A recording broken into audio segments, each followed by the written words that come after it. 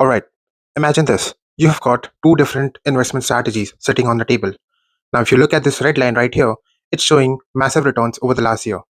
But then you've got this blue line, it's for sure lower, but it has much higher Sharpe ratio. So the question is, which one do you actually pick?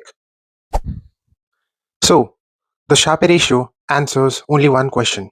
That's very simple. How much return are you getting for the amount of risk that you are forced to take? So if you look at the blue curve, you will notice it much more smoother and efficient. Basically, you are being paid more for every unit of risk that you take. But there's a catch. As you can see, the red line still ends up higher in total returns.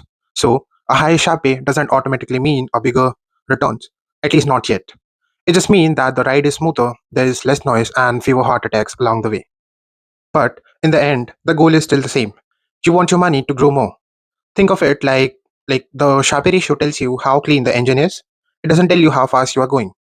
And that's exactly where leverage enters the picture. Now watch what happens when we apply leverage to that smooth blue base. This yellow line that you're seeing, that's not a new strategy. It's just the blue one, simply scaled up. So the thing is, leverage doesn't create returns. It just scale what's already there. Because the blue line was so stable, the yellow line can skyrocket past the red one without falling apart.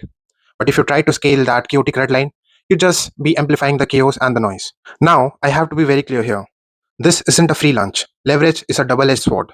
If the structure underneath actually breaks, leverage make the crash 10 times worse. So the secret isn't just blindly increasing your exposure.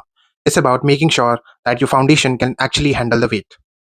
So the real comparison, it isn't just high returns versus low returns. It's noisy return like the red line versus the scalable returns like the yellow one. And honestly, that distinction is how the world of professional finance actually works. Follow for more.